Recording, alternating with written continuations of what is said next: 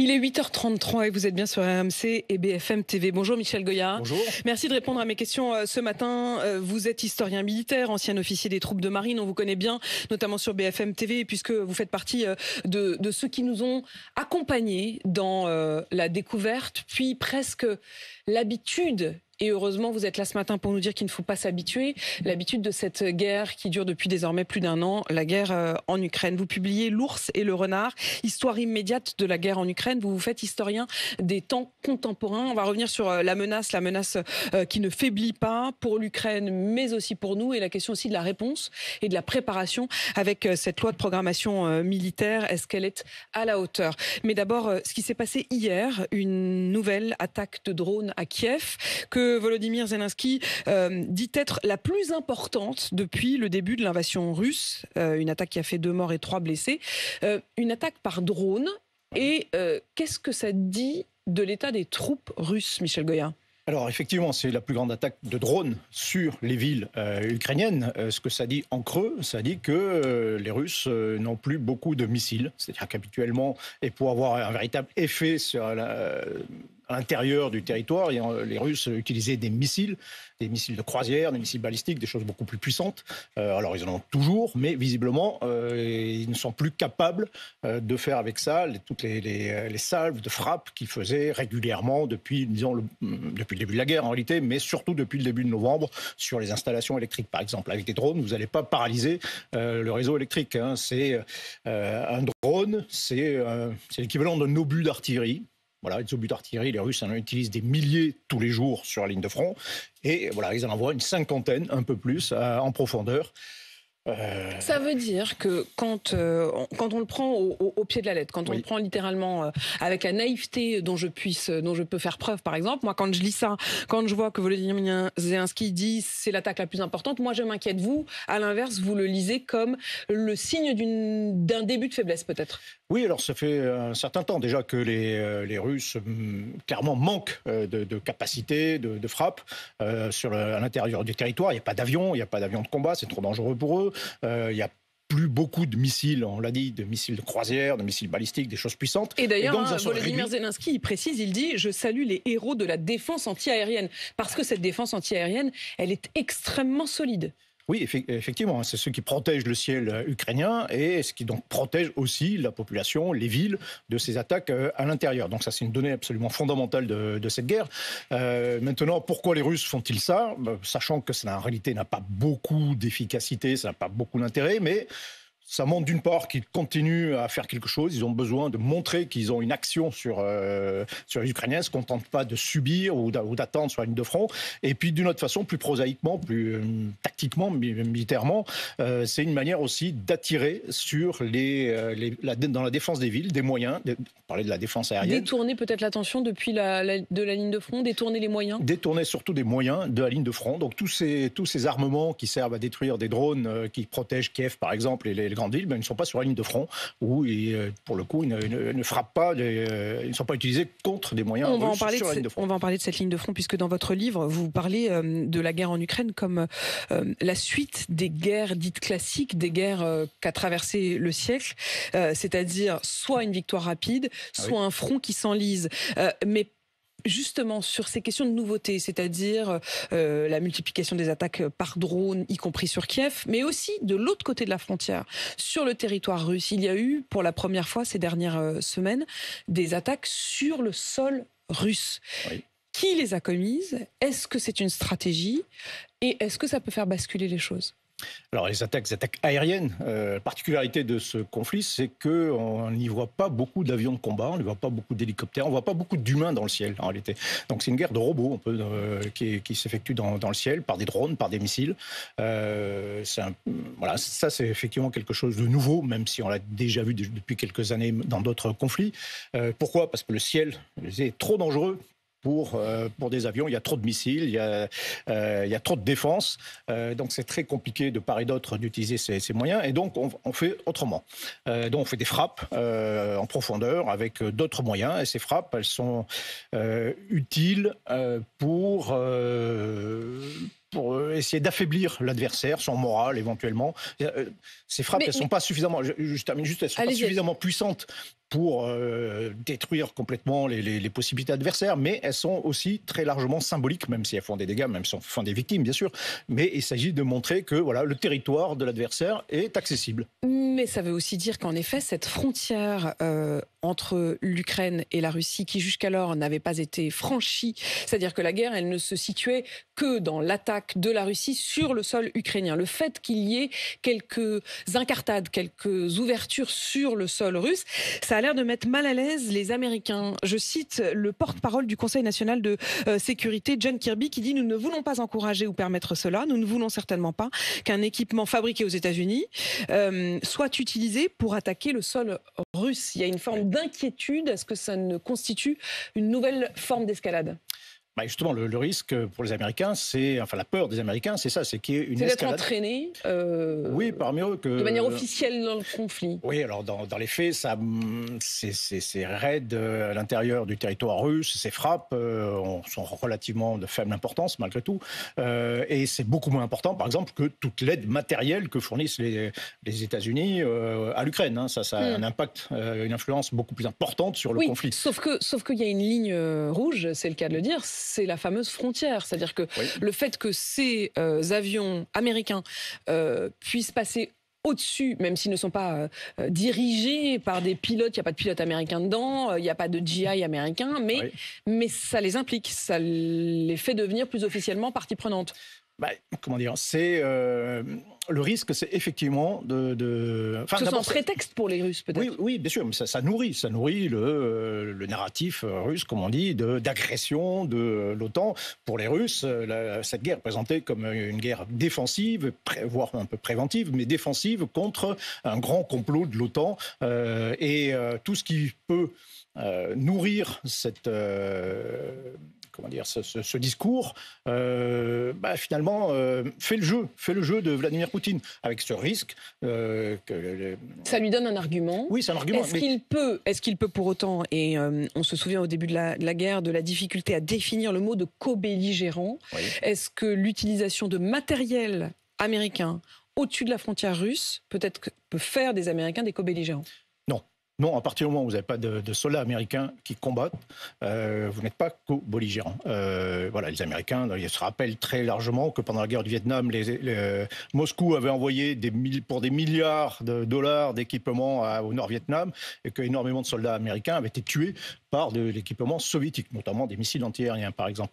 La vraie peur des Américains, des Occidentaux, c'est l'escalade. C'est-à-dire que ça provoque une montée en puissance, que ça provoque une mobilisation de la nation russe, que ça provoque une escalade dans l'échelle, on va dire autrement, ça provoque des réactions et des rétorsions. Mais alors, Michel Goyard, je reviens à ma question. Qui a fait ces attaques ? C'est-à-dire que si les Américains, rechignent et même estiment nécessaire de faire cette mise au point pour dire on n'a rien demandé de tout ça, on ne souhaite pas et on ne veut pas encourager ce genre d'attaque sur le sol russe, qui a intérêt à provoquer ce genre d'attaque ? Est-ce que Volodymyr Zelensky est à la manœuvre ? Est-ce que véritablement cette stratégie de dépasser la frontière russe lui est utile ? Oui, alors, point de vue... Ou est-ce que c'est un accident de parcours ? Non, il n'y a pas d'accident. Non. Tout ça est utile. C'est à la fois, psychologiquement, c'est bien pour la population, de montrer à la population ukrainienne, par exemple, qu'on riposte. C'est toujours, c'est une tendance très humaine. Vos villes sont bombardées. Il y a toujours la tentation de faire un peu la réciproque, de montrer que nous aussi, on peut attaquer le territoire adverse. Maintenant, si vous faites allusion à ce raid terrestre au sol cette fois, dans la région de Belgorod par des miliciens russes, c'est d'un point de vue militaire, c'est quelque chose qui est utile. D'abord, ça montre que la frontière est très poreuse et donc les Russes sont pris en défaut. Les autorités russes n'ont pas défendu leur frontière, donc c'est une sorte de pied de nez, un camouflet, un peu comme de la même façon que lorsqu'on envoie des drones sur le Kremlin, par exemple. Donc c'est vraiment un pied de nez. Du point de vue militaire, ça peut obliger les Russes à défendre un peu plus cette frontière au détriment de la ligne de front en Ukraine. Un point de vue politique, on montre qu'il y a des Russes, ce sont des Russes qui ont fait ce raid, qui a une opposition russe à Vladimir Poutine, que tout le monde n'est pas derrière Vladimir Poutine, très, très clairement.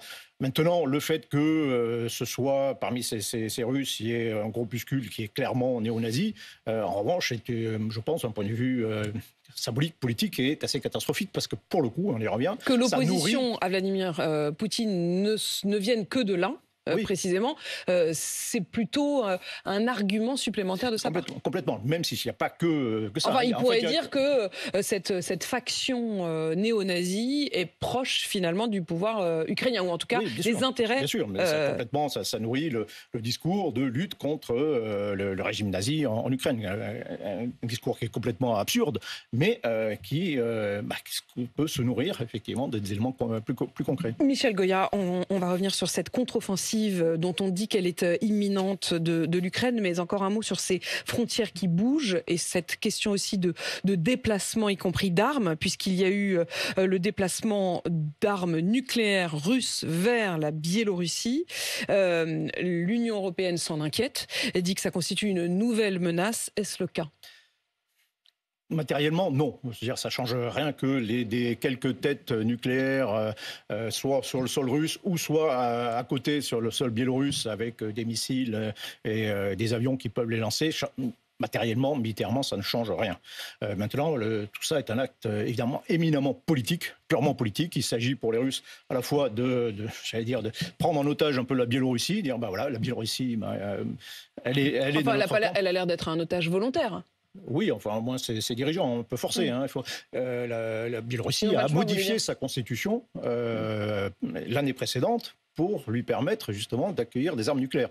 Il faut rappeler que la Biélorussie, l'Ukraine, le Kazakhstan avaient des armes nucléaires sur leur sol au moment de l'indépendance et qu'il y a eu une négociation pour que ces armes soient évacuées pour dénucléariser tous ces pays. Et donc c'est un retour en arrière. Oui, alors qui est encore une fois une réponse politique au fait que les Américains ont eux-mêmes des armes nucléaires de faible puissance qui sont déployées en Europe, en Allemagne, enfin dans un certain nombre de pays, que certains pays comme la Pologne demandent à ce que les Américains eux-mêmes déploient des armes nucléaires sur leur sol, qui puissent être utilisées, on appelle ça sous double clé. Ça vous inquiète est-ce qu'il faut voir ça comme une escalade nucléaire pour le coup, ou comme une préparation à une potentielle escalade nucléaire ? Ce qui est inquiétant, c'est que toute l'architecture de contrôle des armements nucléaires qui avait été mis en place patiemment à la fin de la guerre froide, les accords SALT, etc., de dénucléarisation.